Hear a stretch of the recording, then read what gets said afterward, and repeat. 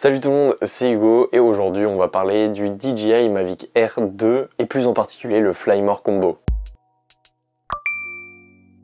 Donc il y a peu, il y avait des soldes incroyables sur le site de DJI donc pour célébrer le printemps, donc c'est les Spring Sales, et tout simplement j'ai pu avoir le DJI Mavic Air 2 Flymore Combo pour le prix du DJI Mavic Air 2 tout seul.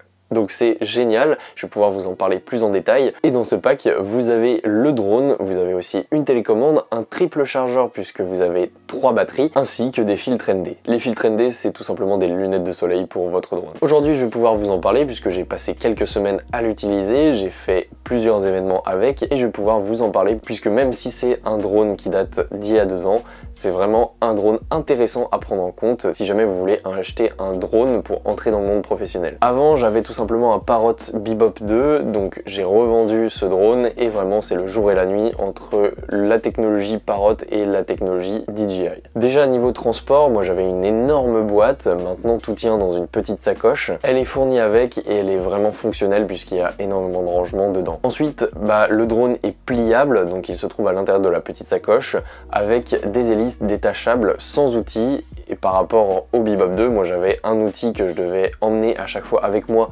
pour visser les hélices.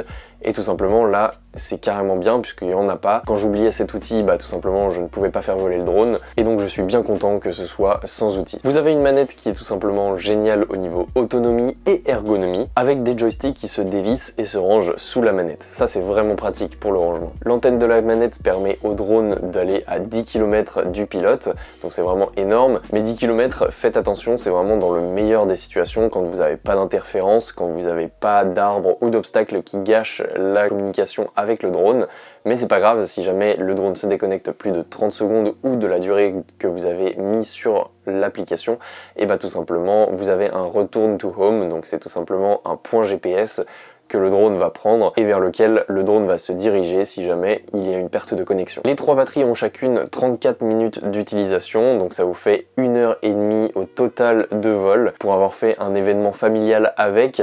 Quand vous avez beaucoup d'attentes puisqu'il y a beaucoup de personnes, c'est très bien d'avoir 1h30 de vol puisque vous pouvez vraiment voler pratiquement toute une après-midi avec. Une chose à savoir qui est très importante quand vous recevez le drone, les batteries sont en mode veille prolongée pour justement ne pas abîmer le cycle de batterie des batteries si jamais les drones sont stockés longtemps dans un entrepôt.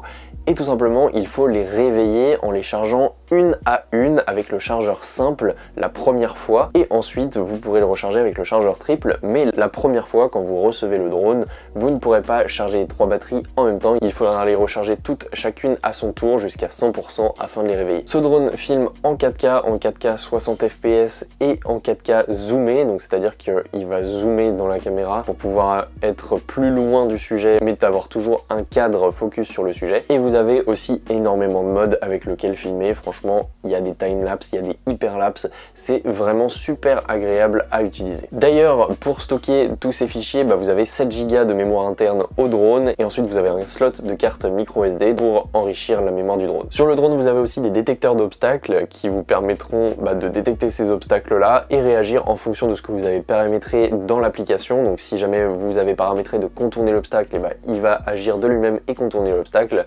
Moi personnellement j'ai mis juste freiner devant l'obstacle et vous pouvez déterminer aussi la distance à laquelle il sera détecté.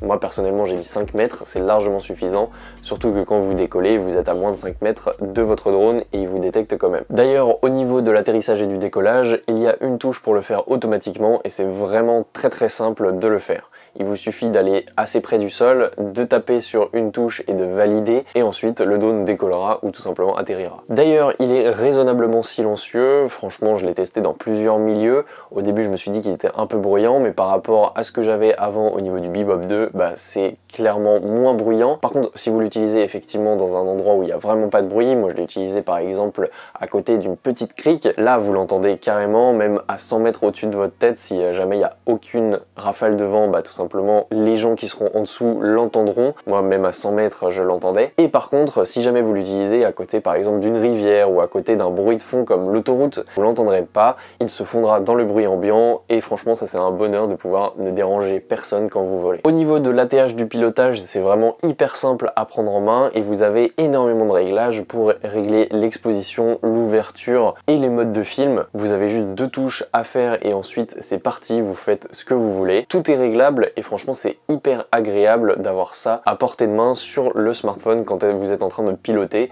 Vous avez le pilotage sur la manette et sur le smartphone vous avez tout ce qui est lié à la caméra ou aux obstacles et à la réception. D'ailleurs en parlant de pilotage, sur la manette vous avez 3 modes, vous avez le mode cinéma, le mode normal et le mode sport et ça joue tout simplement sur la sensibilité de votre drone. Encore une fois c'est configurable dans l'application et c'est vraiment hyper agréable de switcher d'un mode à l'autre pour avoir un pilotage plus ou moins nerveux. D'ailleurs si vous voulez filmer en mode cinéma, si vous avez un sujet, ne vous embêtez pas avec la direction de votre drone, sélectionnez tout simplement comme sur ordi par exemple avec votre doigt un sujet, vous l'entourez et ensuite le drone suivra ce sujet et vous aurez juste à gérer le déplacement du drone plutôt que l'orientation de la caméra. Donc mon expérience avec ce drone depuis ces quelques semaines, c'est que c'est vraiment hyper simple à prendre en main. Il n'y a pas besoin d'être expert pour faire voler un drone pareil. Par contre, il faut être un minimum raisonnable sur là où vous faites voler le drone et vérifiez bien avant les zones de pilotage dans lesquelles vous n'avez pas le droit d'aller puisque si vous vivez à côté d'un aéroport, vous ne pourrez pas faire voler votre drone. C'est très facile à prendre en main et je pense que c'est assez difficile à faire crasher puisqu'il y a énormément de détecteurs à l'intérieur de ce drone et si normalement vous avez bien réglé votre drone, et bah tout simplement il ne se crashera pas. Je ne l'ai pas encore testé par temps venteux mais j'ai bien envie de le faire, mais pour l'instant je n'ai pas encore trouvé de météo qui me permettait de le lancer sans problème. Donc je vous ferai un retour sur les réseaux sociaux. D'ailleurs suivez-moi sur les réseaux sociaux, n'hésitez pas non plus à vous abonner, à lâcher un like et activer toutes les notifications. Nous on se retrouve pour de prochaines vidéos. Salut tout le monde!